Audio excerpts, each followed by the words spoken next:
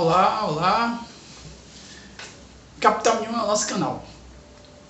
Resolvemos produzir uma pequena série de vídeos sobre a língua portuguesa, a nossa língua pátria.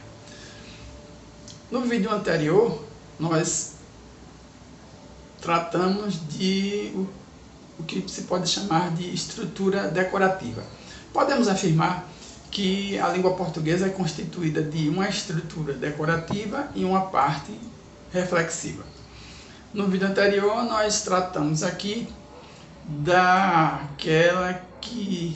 daquilo que é a matéria-prima da nossa língua. As 10 palavras, as 6 palavras variáveis e as 4 invariáveis. Mostrando dicas, macetes de como melhor dominar esse conteúdo. Neste vídeo, nós avançaremos e buscaremos tratar da oração, aquilo que é uma estrutura básica essencial da nossa língua, a língua portuguesa. Toda língua tem por finalidade produzir mensagens. Com a mensagem é que se faz possível haver comunicação. Então, o objetivo é produzir mensagens, que vão de um falante chamado codificador, que codifica a mensagem, para um ouvinte, apelidado de decodificador. E isso só se faz possível através da oração. Só havendo oração é possível haver mensagem, é possível haver comunicação por conseguinte.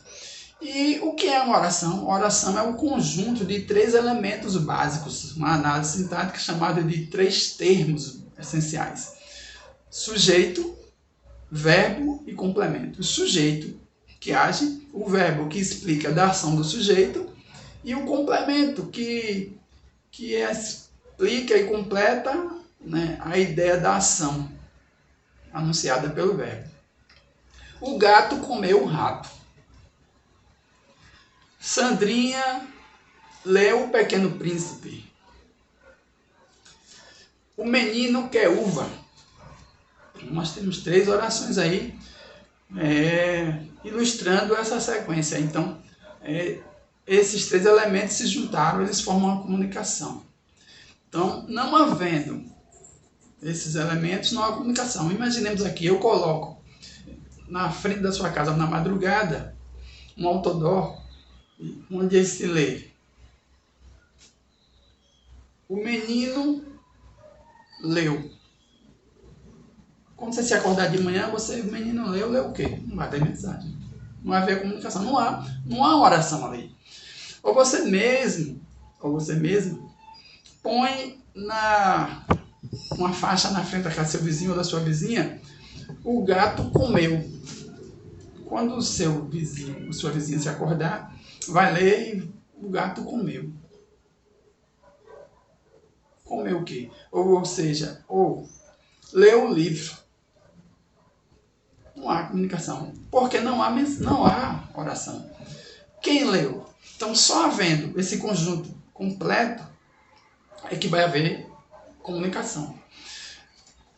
Guardadas as devidas exceções. Por exemplo, é possível, aí, lá nos casos especiais, haver uma oração sem um desses elementos. Por exemplo, é quando se trata de verbo poderosíssimo, como o caso do verbo intransitivo, que não precede complemento. Mas é um caso aí à parte. Comumente, as orações precisam de sujeito, verbo e complemento para produzirem mensagens. Certo? Com relação à oração, um outro ponto relevante, muito interessante, é pensarmos aqui que as orações se nos apresentam na ordem direta, salvaguardando, se estruturando segundo essa ordem: sujeito no primeiro plano, no segundo plano verbo, e no terceiro complemento do verbo. Então as orações se apresentam assim, mas nem sempre são assim. Nem sempre nós mesmos produzimos orações só na ordem direta, até inconscientemente nós produzimos orações na ordem inversa ou indireta, por várias razões.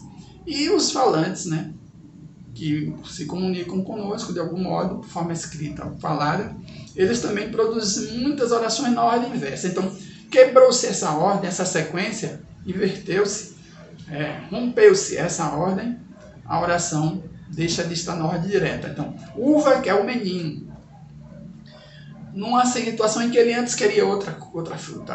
Agora, uva quer o menino agora não quer mais outra fruta. Então, aí, primeiro não veio, inicialmente não veio o sujeito. Então, essa oração não está na ordem direta.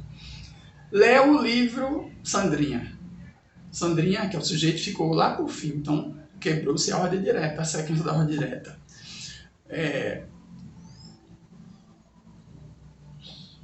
O gato, o rato comeu. O gato, o rato comeu. Então, inverteu-se. Quer vir primeiro o verbo, após o sujeito vir o verbo, não, veio o objeto. Quebrou-se a ordem direta.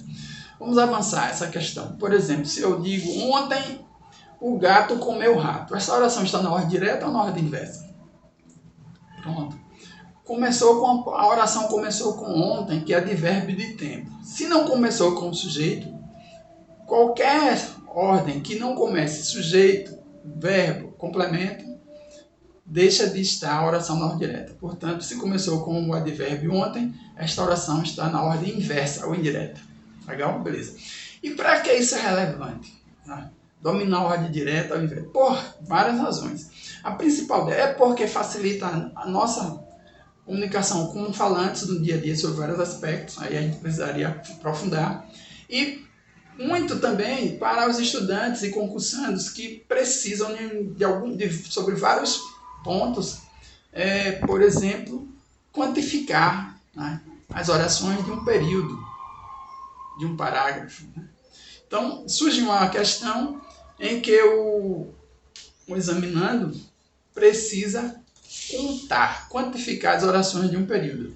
E não é possível, isso não se faz possível se eu não sei onde a oração começa, onde ela termina. Então, para treinar muito isso, onde a oração começa, onde ela termina, eu preciso saber quem é o sujeito e o verbo complemento. Onde ele está, saber manipular, colocá-lo onde eu quero. Aí eu sei exatamente onde a oração termina e começa. E um outro ponto relevante sobre a oração, que aprofunda um pouco mais nessa análise, eu vou colocar aqui a seguinte sentença. Ontem os carneiros engoliu rapidamente no sítio a cobra. Atente aí. Ontem os carneiros engoliu rapidamente no sítio a cobra. Como assim, né? Aí o seu ouvido deve ter surgido aí como uma campainha.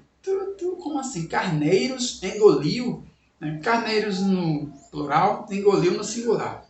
O que é que está aí arranhando? Então, como resolver essa questão? Como resolver essa questão, eu tenho que lançar mão exatamente do discutido anteriormente. Colocar essa oração na ordem direta e ela vai se tornar mais esclarecedora. Eu vou ver qual é a anomalia, qual que pode estar havendo aí de equívoco, de erro aí. Né? Plural, singular, pronto. Aí para colocar essa oração na ordem direta, eu preciso pensar em uma questão, regra fixa. Tal como lá em matemática, se diz que 3 vezes 3 é 9, né? E é fixo isso, racionalmente eu não posso mudar. Aqui, na estrutura da língua portuguesa, eu tenho que atender uma regra fixa, dura, pétrea, da norma padrão, que diz, para um sujeito no singular, o verbo tem que estar no singular. Para um sujeito no plural, o verbo tem que estar no plural. Então, colocando essa oração na ordem direta, eu tenho que conversar com o verbo. Somente só com o verbo. E eu indo ao verbo, o verbo me diz, engoliu. Aí, quem engoliu? Pronto, então precisa aparecer algum sujeito no singular para concordar com esse engoliu. E o único sujeito nessa sentença, no singular, é cobra. Portanto, para colocar essa oração na ordem direta, vai ser a cobra engoliu os carneiros ontem no sítio rapidamente. não há como sair disso aí. E como isso é fixo, facilita, porque eu conversando com o verbo, se o verbo estivesse no plural, o sujeito seria os carneiros, por mais absurdo que fosse. Mas a regra padrão é fixa. Se o verbo está no plural, o sujeito é no plural. Só que aí o verbo está no singular, engoliu. Logo, na ordem padrão vem primeiro o sujeito, a cobra engoliu os carneiros ontem no sítio rapidamente. Assim a gente analisou bastante a oração sobre alguns aspectos que podem se fazer esclarecedores em algum momento para todos nós. Outros vídeos vêm aí. Você, se achar interessante, você curta. Canal Capitão de 1, se inscreva. Que muita coisa mais vem aí que pode ser do seu interesse. Um abração. Tchau, tchau.